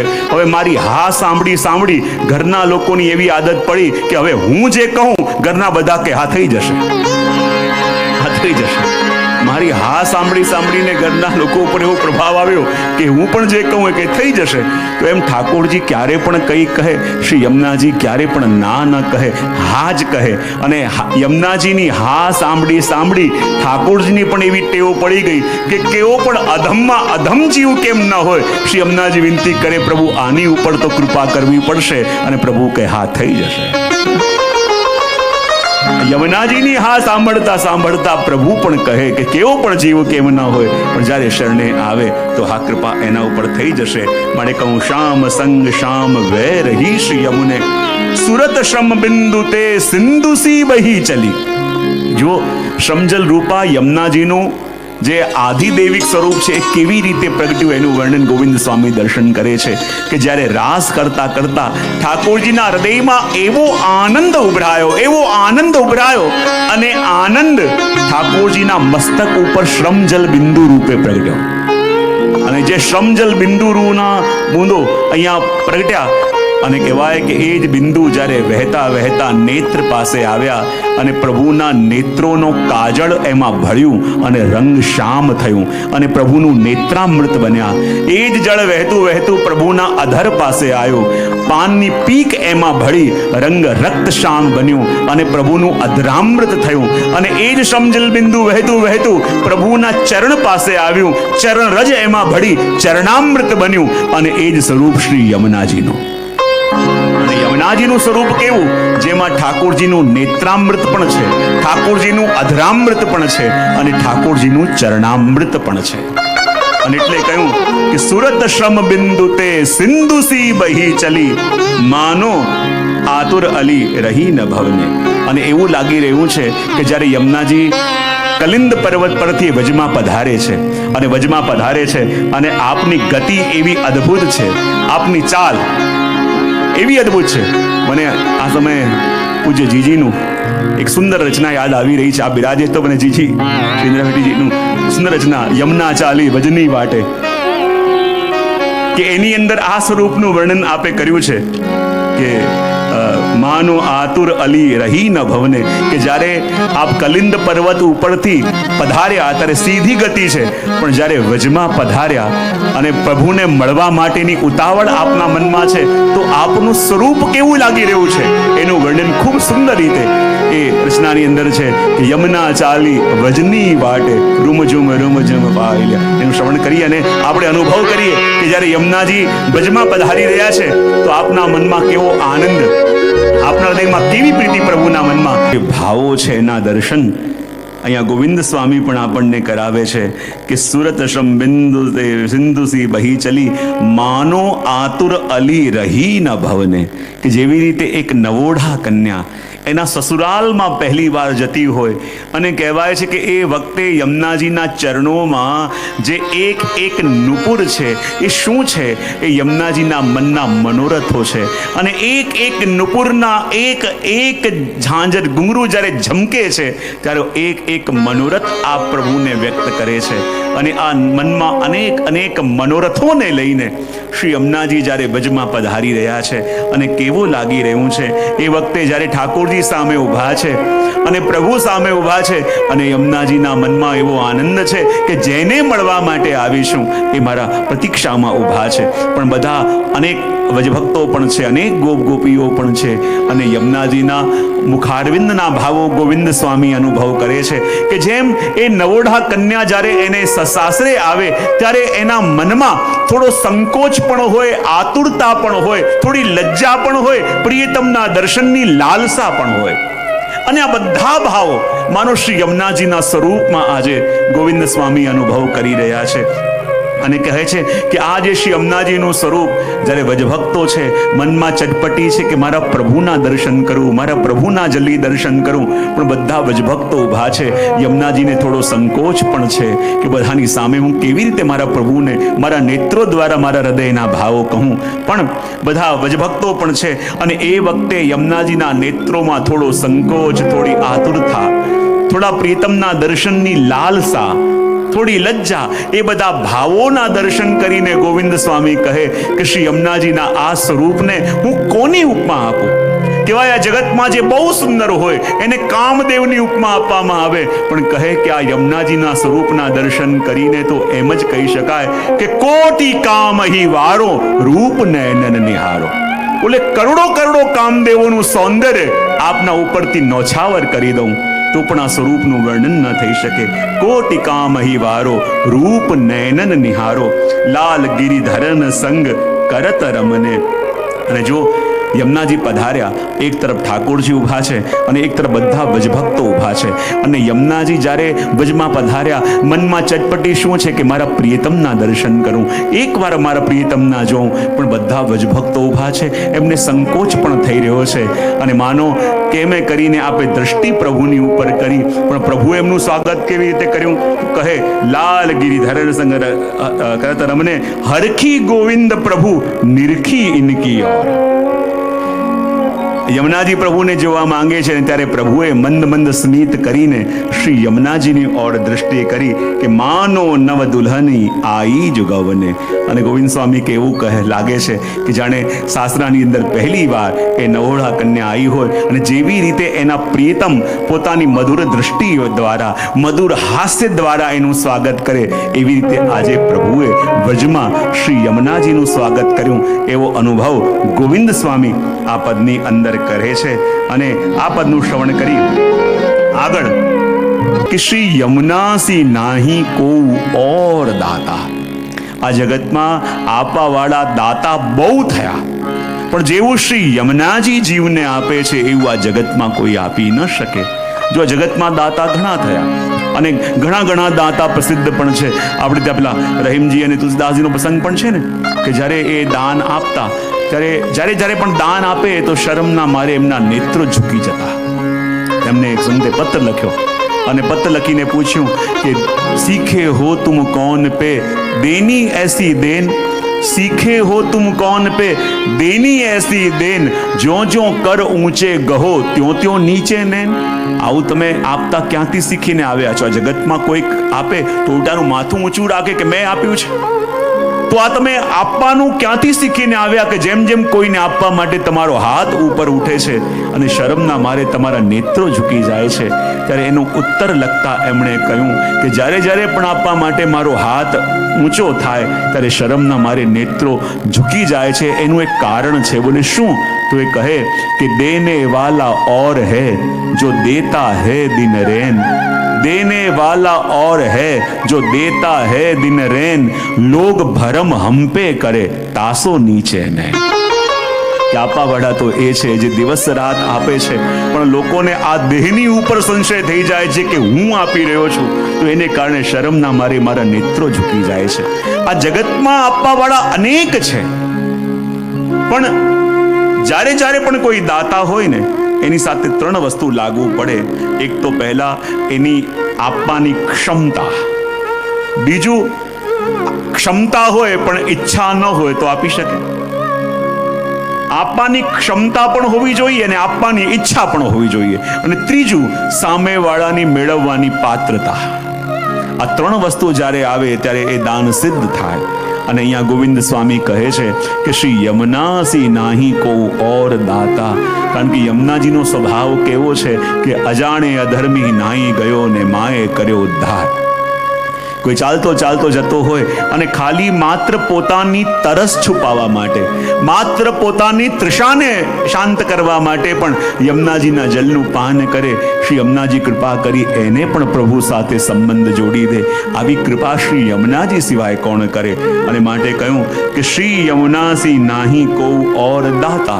હવે જુઓ, શ્રી યમુનાજી પાસે એક ક્ષમતા છે કે એ આપણને પ્રભુ પણ આપી શકે છે, અને એ પ્રભુ જ આપવા માંગે છે. પણ આપણે એ યમુનાજીની પાસે જઈને માંગીએ છીએ તો માંગીને શું માંગીએ છીએ? જે પ્રભુ આપવાની ક્ષમતા રાખે, જે પ્રભુ આપવા માંગે છે, જે પ્રભુથી જોડવા માંગે છે, એની પાસે જ્યારે પણ જઈએ તો કોઈ લૌકિક યાચના કરીને આવી જઈએ છીએ. એના સિવાય એનાથી વધારે દુર્ભાગ્ય આપણું કોણ કહી શકાય કે જે ભગવાન આપવા માંગે છે એની પાસે જઈને પણ આપણે એ જ લૌકિક વસ્તુ માંગીને આવી જઈએ છીએ કે આ થઈ જાય, કે પેલું થઈ જાય, કે આ કામ થઈ જાય, કે આ પ્રસંગ થઈ જાય. હવે જે ભગવાનને આપવાની ક્ષમતા રાખે છે, અને એટલા માટે તો આપણે ત્યાં કહેવાય છે ને કે શ્રી યમુનાજીના સહજ ગુણગાન થાય, યમુનાજીની સહજ સ્તુતિ થાય, એમાં બધું સિદ્ધ થઈ જાય. પણ આપણે કેટલા બધા ફેરફારો કરી દીધા. હમણાં જ કોઈ મારી પાસે આવે અને કહે કે જે અમે તો આ સંપૂર્તિ પાઠ કરીએ છીએ ને આ કરીએ છીએ. બધું સંપૂર્તિ પાઠ શું થાય, કેવી રીતે કરવાનું? એમણે કહ્યું કે કૃપા જલ્દી સંશિતે મનસ્કમ ભાવયા, એક કડી લઈ દરેક શ્લોકના આગળ અને દરેક શ્લોકની પાછળ કરી એનો પાઠ કરીએ છીએ. તો કેટલા પાઠ કરવાના? ત્યારે મેં એ જ વસ્તુ કહ્યું કે શ્રી મહાપ્રભુજીએ યમનાષ્ટક જેવી રીતે આપ્યું છે એવી જ રીતે કરીએ તો શ્રી યમુનાજીની કૃપા ઉતરે. આ રીતનો સંપૂર્તિ પાઠ કરવાનો આપણે ત્યાં કોઈ ક્રમ નથી. શ્રી મહાપ્રભુજીની વાણીનું ઉલ્લંઘન આપણાથી ન થાય. શ્રી મહાપ્રભુજીની વાણીમાં ફેરફાર આપણાથી. આ તો છેલ્લા 50 વર્ષની અંદર ક્યાંક કોઈ પુસ્તકમાં છપાયું અને શરૂ થઈ ગયું. આપણે ત્યાં મહાપ્રભુજીએ જેવી રીતે યમનાષ્ટક આપ્યું છે એવી રીતે થાય. સંપૂર્ણ કરવું હોય તો પહેલા કૃષ્ણાશ્રય કરી યમનાષ્ટક કરો અને સર્વોત્તમ કરો, એવી રીતે કરી શકાય. પણ મહાપ્રભુજીની વાણીનું ઉલ્લંઘન ન થાય, મહાપ્રભુજીની વાણીમાં ફેરફાર ન થાય. એમાં પણ આચાર્ય વાણીનો ઉલ્લંઘનનો દોષ આપણો આવી જાય. અને ઘણીવાર જેમ આવી રીતે કરતા હોય છે એવી રીતે યમુનાજીની આરતીમાં પણ ઘણીવાર હું કહેતો, જ્યાં જઈને ત્યાં આરતીમાં એટલા બધા આ રિમિક્સ તો જમાનો છે ને, કઈ આરતીનું ક્યાં મિક્સ કરીને બધા ગાતા હોય છે.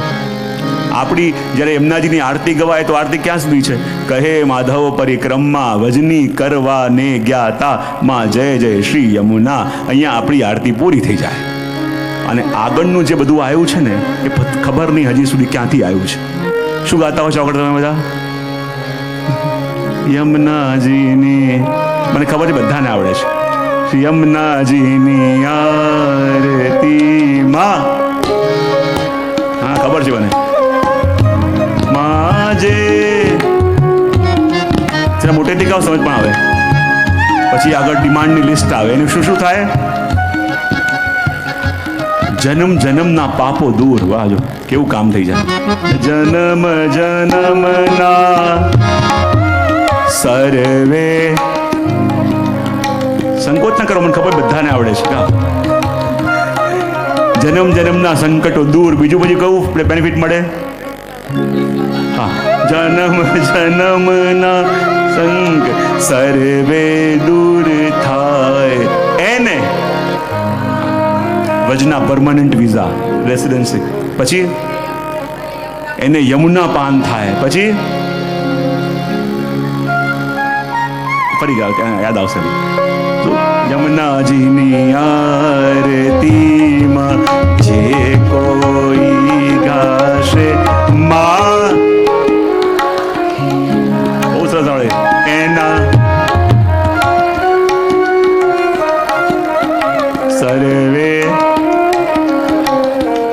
એના એક આરતી ગાઈને કેટલું મેળવી લીધું. એને હજી છે, એને આટલું છે. પછી મને એમ કહેજો કે હા, પછી બીજું કંઈક છે ને આગળ. હા, યમુનાજીની આરતીમાં વિશ્રામ ધારે.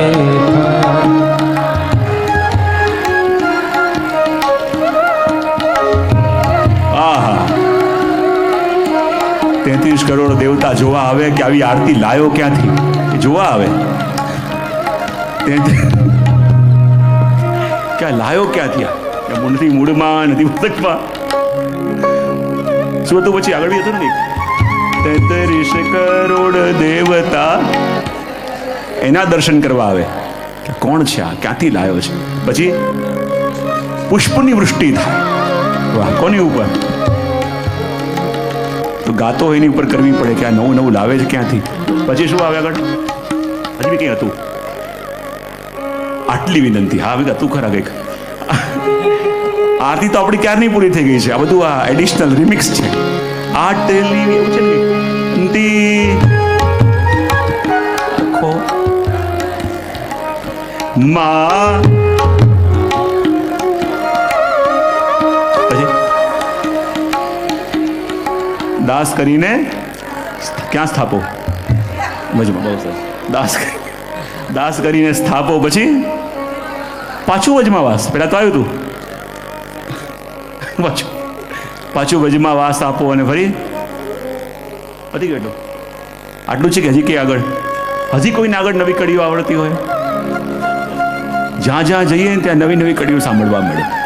પણ આપણી આરતી ક્યાં સુધી છે કે જ્યારે છાપ આવી જાય, કહે માધવો પરિક્રમા ભજની કરવા ને જ્ઞાતા માં જય જય શ્રી યમુના. પછી એકવાર આવર્તન કરી શકો, જય જય શ્રી યમુના માં જય જય શ્રી યમુના. અહીંયા આપણી આરતી પૂરી થઈ જાય. પણ ઘણીવાર આપણે એકબીજાનું સાંભળી, અહીંયાથી ત્યાં કરી, ત્યાંનું અહીંયા કરી, એટલું બધું જે વસ્તુ મૂળ હોય ને એની અંદર આપણે ફેરફાર કરી નાખતા હોઈએ છીએ. એટલા માટે અહીંયા કહ્યું કે શ્રી યમુનાજીનું જ્યારે નામ આપણે લઈએ છીએ તો સૌથી પહેલાં જેની પાસે પણ આપણે ગયા હોઈએ આપણને એક ખબર હોવી જોઈએ કે એની પાસે ક્ષમતા શું છે, જે સ્વયં પ્રભુને આપી શકે એમ છે, જે સ્વયં ઠાકુરજીને આપી શકે એમ છે. એની પાસે માંગી માંગીને કંઈક લૌકિક માંગીએ તો આપણે ચૂક્યા કહેવાઈએ કે નહીં? હા, જે પ્રભુને આપી શકે એની પાસે જઈ જઈને આપણે માંગીએ છીએ શું? લૌકિક જ તો માંગીએ છીએ. લૌકિક કામના કરીને તો આવીએ છીએ. અરે પ્રભુ મળે તો બધું પામી જવાય. પણ આપણે બધું મેળવવાની લાલસામાં જે પ્રભુને આપી શકે એમ હોય એની પાસેથી એ જ વંચિત કરી દઈએ છીએ. માટે કહ્યું કે શ્રી યમુના સી નાહી કો ઓર દાતા, જો ઇનકી શરણ જાત હૈ દौड़ કર, તાહી કો તીહી છિન કરત સનાથા. અહીંયા ગોવિંદ સ્વામી કહે છે કે શ્રી યમુનાજી જેવું જગતમાં આપે એવું આ જગતમાં કોઈ આપી શકતું નથી. અને શ્રી યમુનાજીનો સ્વભાવ એવો છે કે જે એકવાર દોડતા દોડતા એના ચરણોની પાસે જાય તો કહે યમુનાજીની કૃપા ભવિષ્ય કાળમાં નથી, પણ યમુનાજીના પાસે જે જાય તાહી કો તીહી છિન કરત સનાથા. શ્રી યમુનાજીની કૃપા સદા વર્તમાન કાળમાં છે કે આટલું કરો તો ભવિષ્યમાં આ કૃપા થશે એવું નહીં. શ્રી યમુનાજીના શરણે પહોંચ્યા, શ્રી યમુનાજીના ચરણોનો આશ્રય કર્યો તો યમુનાજીની કૃપામાં દૂરી પણ નથી અને દેરી પણ નથી. તમે કેટલા દૂર છો એ પણ નહીં અને કેટલી વાર લાગશે એ પણ નહીં. તાહી કો તીહી છિન કરત સનાથા. શ્રી યમુનાજીના તટ પર ગયા તો એ જ ઘડીમાં એ યમુનાજી જીવની ઉપર કૃપા કરે. જ્યારે જ્યારે પણ શ્રી યમુનાજીને આપણે પોકાર, મને એ પ્રસંગનું સ્મરણ થઈ રહ્યું છે, હું કાયમ કહું ઘણી વાર, વર્ષો થઈ ગયા એ વાતને. જ્યારે એક વિદેશમાં જ ક્યાંક એક જગ્યાએ મારું પ્રવચન ચાલતું હતું અને બિલકુલ એને અડીને જ એક નાનું શહેર છે, ત્યાંથી એક આ બધા જો પ્રસંગ હું તમને કહું છું કોઈ અન્યથા ભાવે ન લેતા. હું પ્રસંગ એટલા માટે જ કહું છું કે આપણને અનુભવ થાય કે શ્રી યમુનાજીની કૃપા જે આજથી 500 વર્ષ પહેલા હતી એવી જ કૃપા આજે પણ સકલ વૈષ્ણવો ઉપર એવી જ છે. એ ભરોસો આપણને આવે એટલા માટે હું કહું છું. બીજો અન્યથા ભાવ આનો ન લો. ઘણાને લાગે કે કૃપા તો પહેલા થતી હતી, બોલે એ કૃપા આજે પણ છે અને પ્રત્યેક વૈષ્ણવની ઉપર છે. જ્યારે એ દેશમાં અમારા પ્રવચન ચાલતા હતા અને બાજુના જ એક નાના શહેરમાંથી એક રોજ એક દંપતીનો ફોન આવે કે જે આપને મળવું છે, પણ રોજ પધરામણીમાં અને પ્રવચનમાં એટલું મોડું થઈ જાય કે ત્યાં એમને બોલાવી ન શકાય. પણ એકવાર તો એમનો ફોન આવ્યો છે જે ગમે તેટલું મોડું હોય અમારે આજે આવવું જ છે મળવા માટે. અને લગભગ રાતે 1:30 વાગે એ લોકો આવ્યા મળવા માટે. અને મેં કહું એટલું બધું શું હતું? બંને દંપતી હતા, હસબન્ડ વાઈફ હતા અને જે એની પત્ની હતી એ બિલકુલ વાળ વિખર્યા અને બિલકુલ વિક્ષિપ્ત દશા જેવી લાગતી હતી. મેં કહું કે શું થયું, શું સમસ્યા હતી જે આપને મળવાની બહુ ઈચ્છા હતી અને આવ્યા છીએ? મેં કહું કે શું થયું? ત્યારે એના પતિએ કહ્યું કે જે થોડા મહિના પહેલાં જ અમારો એકનો એક પુત્ર અને ક્યાંક કાર એક્સિડન્ટની અંદર એની મૃત્યુ થઈ ગઈ. ત્યારથી આ બિલકુલ પાગલ જેવી થઈ ગઈ છે. બિલકુલ આખો દિવસ રડ્યા કરે છે, આખો દિવસ એની આંખમાંથી આંસુ આવ્યા કરે છે અને બીજું કંઈ બોલતી નથી, કંઈ ખાતી પીતી નથી. આપ એને કંઈક કહો. ત્યારે મેં કહું કે શું તમારી ઈચ્છા છે? તેમણે એક જ કહ્યું કે બસ હવે સંસારમાં મારે કાંઈ જોઈતું નથી, બસ મારે પ્રભુને પામવા છે, મારે પ્રભુને મળવા છે, મારે પ્રભુને પામવા છે કે જેને મળીને ક્યારે વિછડી ના શકાય, જેને મળીને ક્યારે દૂર નહીં જાય. મારે પ્રભુને મળવું છે તો હું શું કરું? એટલું જ કહું, જો હવે નવરાત્રિ આવી રહી છે, એવું કરો, શ્રી યમુનાજીનું આ 9 દિવસ ક્રમ કરો. શ્રી યમુનાજી કૃપા કરશે, જરૂર પ્રભુને મેળવશે. અને એ ટાઈમે હું પણ ત્યાં હતો અને જ્યાં નવરાત્રિ પ્રારંભ થઈ અને જે પાઠ ગયા, રોજ બેસીને એ બેન પાઠ કરતા બિલકુલ વિક્ષિપ્ત જેવા થઈ ગયા હતા. અને જ્યાં ત્રીજો દિવસ આખી રાત જાણે પ્રભુ ગોતી રહ્યા છે એવું લાગ્યું. પણ જ્યારે સવારે હું ઉઠીને ત્યાં ગઈ તો ત્યાં પ્રભુનું નકવેસર પડ્યું હતું. મને લાગ્યું કે પ્રભુ હવે અનુભવ કરાવી રહ્યા છે. અને ત્યાં જ લગભગ 8મો દિવસ થયો હશે નવરાત્રિનો અને એમનો ફોન મારા પર આવ્યો. મેં કહ્યું શું થયું? કે જે આજે પાઠ કરતા કરતા જ એક શું થયું મને ખબર ન પડી. મેં કહ્યું શું થયું? કે આજે જ્યારે હું પાઠ કરતી હતી તો પાઠ કરતા કરતા મને એકદમ ઝબકી આવી ગઈ. અને જ્યાં ઝબકી આવી ગઈ ત્યાં એક નાનકડી કન્યા જાણે મારી પાસે આવીને ઊભી રહી અને મારા ખભા ઉપર હાથ મૂકીને મને એમ કહે કે કલ મેં તેરે ઘર આઉંગી. એનો અર્થ શું થાય? જે કન્યા કોણ હતી?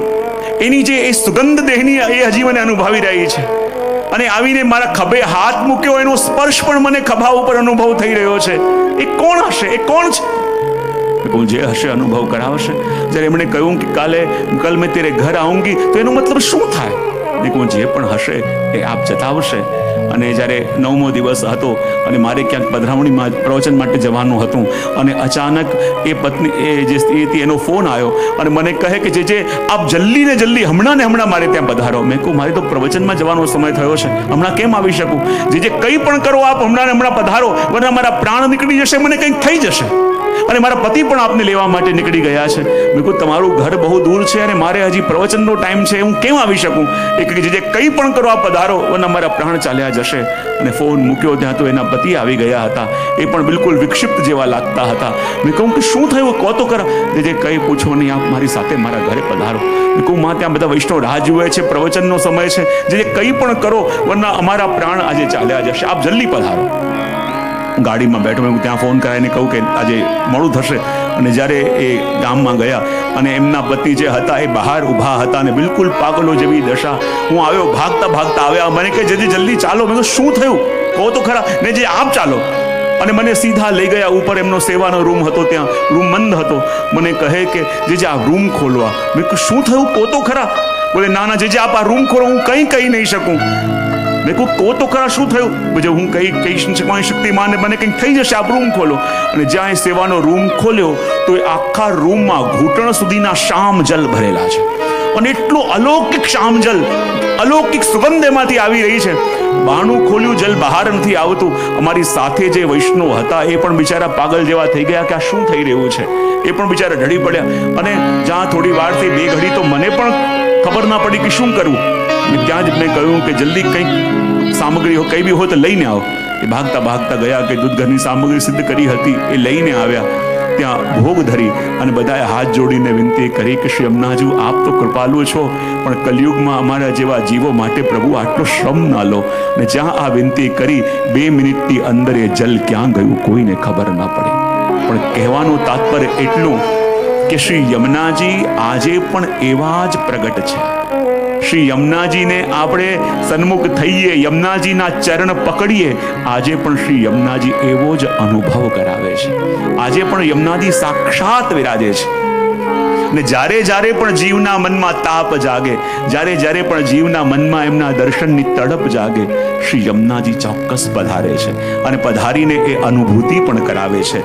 અને માટે કહ્યું કે જો ઇનકી શરણ જાત હૈ દોડ કર, તાહી કો તિહ છિન કરત સનાથા. જ્યારે જીવ ભાગીને શ્રી યમુનાજીના તટ પર જાય છે અને યમુનાજી એ જ ક્ષણે જીવને સનાત કરે છે. અને એ તો શ્રી યમુનાજીની કૃપા છે. કારણ કે જેવું શ્રી યમુનાજી આપે એવું આ જગતમાં કોણ આપી શકે? જેમ યમુનાજીના પ્રિયતમ પ્રભુ, આ જગતમાં એવી કોણ સ્ત્રી છે? આ જગતમાં એવું કોણ હોઈ શકે જે સન્મુખ આવેલા જીવને પોતાના પ્રિયતમ સોંપી દે. આ શ્રી યમુનાજી તો એવા ઠાકોરજીના ચતુર્થ પ્રિયા છે કે જે એમના શરણે આવે એમને પોતાના પ્રિયતમ સોંપી દે અને પ્રિયતમના મનમાં એવા જ ભાવ જગાવી દે એ જીવ માટે કે જેવા ભાવ પોતાના માટે છે, અને એ જીવના મનમાં બી એના પ્રિયતમ માટે એવા ભાવ જગાવી દે કે જેવા ભાવ શ્રી યમુનાજીના મનમાં એમના પ્રિયતમ માટે છે.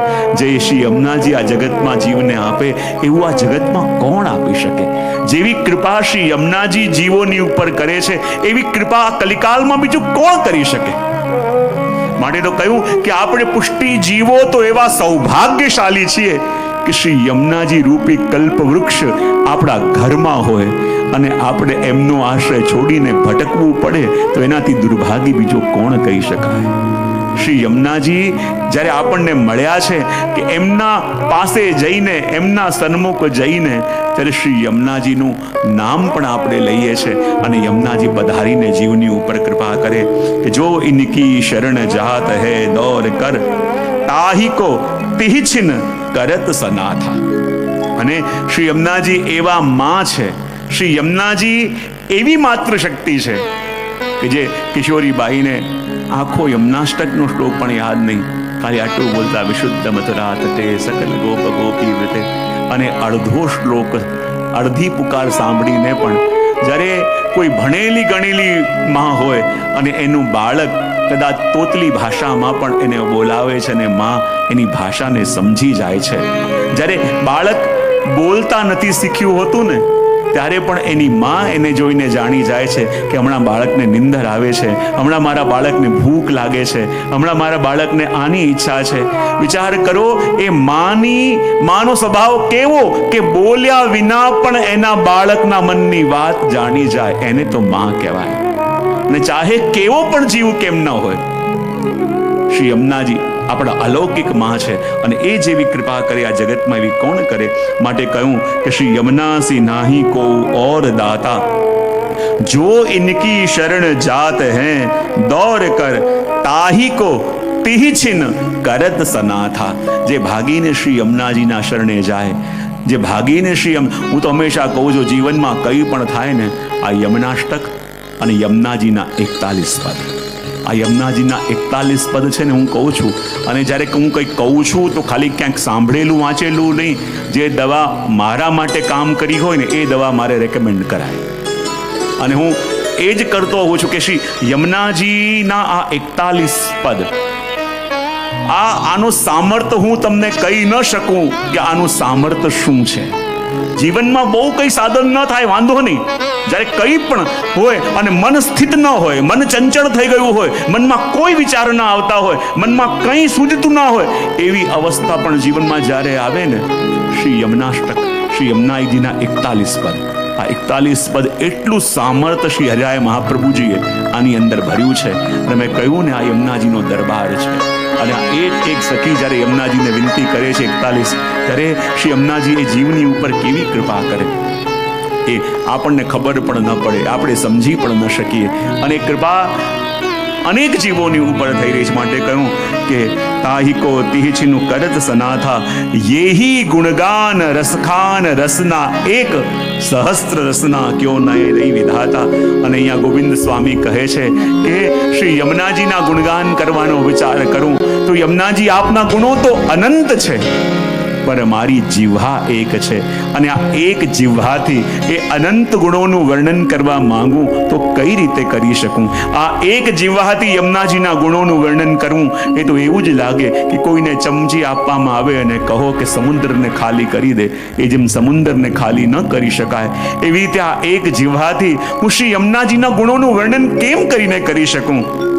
સહસ્ત્ર રસના ક્યો ન દઈ વિધાતા. હે વિધાતા, યદિ યમુનાજીના ગુણગાન કરાવવા હતા તો એવી કૃપા કરતા મારા શરીરમાં જેટલા જેટલા રોમ છે એ એક એક રોમ એક એક જીહ્વા બની જાય, અને કરોડો જીહ્વા દ્વારા હું શ્રી યમુનાજીના ગુણગાન ગાઉં તો પણ એના ગુણગાન ગાઈ ન શકાય. તો આ એક જીહ્વાથી એમના ગુણગાન કેમ કરીને ગાઈ શકું? ગોવિંદ પ્રભુ તન મન ધન વારને સભી કો જીવન ઇનકે જુહા થા. ગોવિંદ સ્વામી કહે કે તન મન ધન આ ત્રણેય વસ્તુ એવી છે કે જેને આપને યોગ્ય નથી, અને જે આપને યોગ્ય ન હોય એ તો ખાલી આપના ઉપરથી નોછાવર કરીને ફેંકી દઉં કે સદા આપના સેવામાં લાગે. સભી કો જીવન ઇનકે જો હાથા.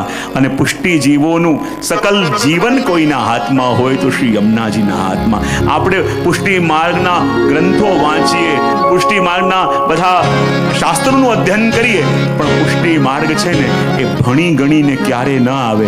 આ પુષ્ટિ માર્ગ તો સ્ફુરિત થાય. આ પુષ્ટિના ભાવો તો પ્રગટે છે, સ્ફુરિત થયેલા છે. ઘણા મોટા મોટા ભણેલા ગણેલા લોકો હોય ને એ પણ ગ્રંથોના અર્થ કરી શકતા નથી સુબોધનીજીના. પણ તમે સૌરાષ્ટ્રમાં જાઓ ત્યાં ગામડામાં ભણેલો ગણેલો ના હોય, ખેડૂતો હોય ને એ ઘણીવાર એવા સુબોધનીજીના અર્થ કરી તમને સંભળાવે, તમને લાગે કે આ ક્યાંથી આવ્યું. ત્યારે માનવું પડે કે આ ભણી ગણીને ન આવે, આ તો કૃપા વૃષ્ટિ જ્યારે થાય તો અંદરથી સ્ફુરિત થાય. જે પુષ્ટિ માર્ગમાં બહારનું અંદર નાખવાનું નથી, તમે તો બધા લઈને આવ્યા છો, અને જે અંદર પડ્યું છે એને બહાર પ્રગટાવવાનું છે. ત્યારે સાચા અર્થમાં આ માર્ગ ફલિત થયો કહેવા. કે જ્યારે આ લીલાઓ સ્ફુરિત થાય, લીલાઓ કંઈક ચિંતન ન થાય, લીલાઓનું કંઈક વાંચન ન થાય, લીલાઓ તો સ્ફુરિત થાય છે. અને જ્યારે સ્ફુરિત થાય ત્યારે એ લીલાઓનું વર્ણન થાય. અને એટલા માટે કહ્યું કે આ યમુનાજી જ્યારે સમજાય બધી જ લીલા. હું ઘણી વાર કહેતો હોઉં છું કે એક પિતા કોઈ જરૂરી કામ કરતા હતા અને છોકરો આવીને એને હેરાન કરે કે પિતાજી મારી સાથે રમવા માટે આવો ને રમવા માટે આવો. પિતાજી કહે બેટા મારે બહુ જરૂરી કામ કરવાનું છે. થોડી વાર રહીને છોકરો કે ના, હમણાં ને હમણાં મારી સાથે રમવા માટે આવો, મારે તમારી સાથે રમવું છે. પિતાજી કહે બહુ જરૂરી કામ કરવું છે, હવે આને સમજાવો કેવી રીતે. તેમની પાસે પેલી પઝલની ગેમ હતી, અલગ અલગ પીસ હોય ને, અને એમાં આખા વજનો નકશો હતો. અને કહું જા બેટા આ વજનું જે ગામ જ્યાં આવવું જોઈએ ત્યાં ગોઠવીને લઈ આવો, પછી હું તારી સાથે રમીશ. એમને એમ કે આ ગોતવામાં એને કલાકો લાગશે, મારું કામ થઈ જશે. છોકરો ગયો અને 10 મિનિટની અંદર એ ગોઠવીને લઈ આવ્યો. અને પિતાજી જ્યારે મેપને બધું જોયું તો બિલકુલ જે સ્થાન, જે ગામ, જે જગ્યાએ હોવું જોઈએ બરાબર એ જ જગ્યાએ આખું પઝલમાં ગોઠવેલું હતું. પિતાજી દંગ થઈ ગયા કે વજનું કયું ગામ ક્યાં આવે એ તો મને પણ ખબર નથી, તો તે ગોઠવી કહ્યું કેવી રીતે, તને કેવી રીતે ખબર પડી? ત્યાં છોકરાએ કહ્યું કે જ્યારે હું ગોઠવવા બેઠો તેમાંથી એક પીસ ઊંધું થયું, અને એક પીસ ઊંધું થયું મને એમાં કમળની માળા દેખાઈ. મેં બીજું પીસ ઊંધું કર્યું તેમાં મને એક મુગુટ દેખાયું. મેં ત્રીજું પીસ ઊંધું કર્યું એમાં એક નેત્ર દેખાયા, અને હું સમજી ગયો કે આ તો શ્રી યમુનાજી છે, હું એમને જાણું છું. અને એને બધા પીસ ઊંધા કર્યા, અને એક એક પીસ જોડતા જોડતા જ્યારે યમુનાજીનું સ્વરૂપ બની ગયું, અને જ્યાં ઊંધું કર્યું તો આખો વજનો નકશો બની ગયો. આપણે વજની એક એક લીલાને જાણવાનો પ્રયત્ન કરીએ, લીલા નહીં સમજાય પણ એક યમુનાજી સમજાઈ ગયા તો વજની બધી લીલાઓ પ્રગટ થઈ જશે. વજની બધી લીલાઓ હૃદયમાં સ્ફુરિત થઈ જશે. એ જ વાત અહીંયા આપણને કહી. અને આગળ 7મું પદ એની અંદર ગોવિંદ સ્વામી કહી રહ્યા છે કે શ્રી યમુના યશ જગત મેં જો. અને એકવાર પ્રેમ થઈ જાય પછી આપણે કંઈ કહેવું ન પડે, આપણે એ કંઈ નહીં કરીએ જે એને. હું ઘણી વાર કહેતો હોઉં છું ને પ્રવચનમાં કે પેલી કન્યા હતી અને એની માં એને રોજ કહે કે બેટા તું રસોઈ બનાવતા શીખ, રસોઈ બનાવતા શીખ. પણ એ છોકરી કહે કે મારે શીખવી, મારે નથી શીખવી. વારે વારે કહે એની માં, પણ એ ક્યારે શીખે નહીં. અને એને દહીં ખાવાનો બહુ શોખ. એની માં એને કહે કે શિયાળામાં ન ખવાય, તબિયત બગડશે. એ લોકો કે ના, દહીં વિના હું ખાઈશ નહીં. એટલો આગ્રહ. હવે 23-24 વર્ષ સુધી એની માં પાસે રહી. એની માં એને રેગ્યુલર કહેતી રસોઈ શીખ, રસોઈ શીખ. ન શીખી. આ દહીં ના ખા ન છોડ્યું એને. પણ જ્યારે એના લગ્ન એની સાથે થયા કે જેની સાથે એને બહુ સ્નેહ હતો, અને જ્યારે લગ્ન થયા અને લગ્નના પહેલા દિવસે એણે પતિને પૂછ્યું કે તમને શેનો શોખ છે? એના પતિએ કહ્યું મને તો ભોજનનો બહુ શોખ છે, તને શું શું બનાવતા આવડે છે? અને પેલીને એટલું દુઃખ થયું કે માં આખી જિંદગી કહેતી રહી મને આટલા વર્ષ કે શીખી લે, હું ન શીખી. અને જ્યાં એને ખબર પડી કે જેની સાથે મારો પ્રેમ છે, જે મને આટલો પ્રિય છે, એને આનો શોખ છે, તો બીજે જ દિવસે એની સહીને ત્યાં ગઈ અને એની સખીને કહે રેસીપી આની બતા, રેસીપી કેવી રીતે બને, આ કેવી રીતે બને, આ કેવી રીતે બને. અને ઘરે આવીને એણે પ્રયોગ ચાલુ પણ કર્યો. વિચાર કરો, આટલા વર્ષ એને માં કહેતી રહી કે આ શીખી લે, ન શીખી. પણ જ્યાં પ્રેમ થયો ત્યાં કોઈએ કહેવું ન પડે, આપણે એ બધું કરવા લાગીએ જે આપણા પ્રિય ને પ્રિય હોય. જ્યાં 1.5-2 વર્ષ પછી એને ઘરમાં બાળક થયું અને જ્યાં ઠંડીની અંદર એને બહુ શરદી અને બહુ કફ થયું, ડૉક્ટર ચેક કરવા માટે આવ્યા અને કહ્યું કે જો આ તમારા બાળકને બહુ કફ અને શરદી છે અને તમારા ઉપર ડિપેન્ડન્ટ છે, તો હવે જો તમે એને સ્વસ્થ કરવા માંગતા હો તો દહીં ખાતા નહીં. અને એની માં આટલા વર્ષો સુધી કહેતી રહી, ન છૂટ્યું, પણ જ્યાં ખબર પડી કે મારા આ વસ્તુ ગ્રહણ કરવાથી મારા પ્રિયને તકલીફ થશે, અને એ જ ઘડીએ એને દહીં ખાવાનું છોડી દીધું. જો આમાં થયું શું? આમાં કોઈ ઉપદેશ કોઈ આપ્યા નથી. ઉપદેશ તો માં કેટલા ટાઈમથી આપતી હતી, પણ કાંઈ ફરક પડ્યો નહીં. પણ જ્યાં આ મન કોઈની સાથે જોડાય છે, જ્યારે આ મનને કોઈ ગમે છે, જ્યારે આ મન કોઈને પોતાનું માને છે, તો આ મન એ બધું કરવા તૈયાર થઈ જાય છે કે જે એના પ્રિયને પ્રિય છે. અને એટલા માટે મન અને મોહન બંને અજીત છે, પણ પ્રેમથી આ બંને આધીન બની જાય છે.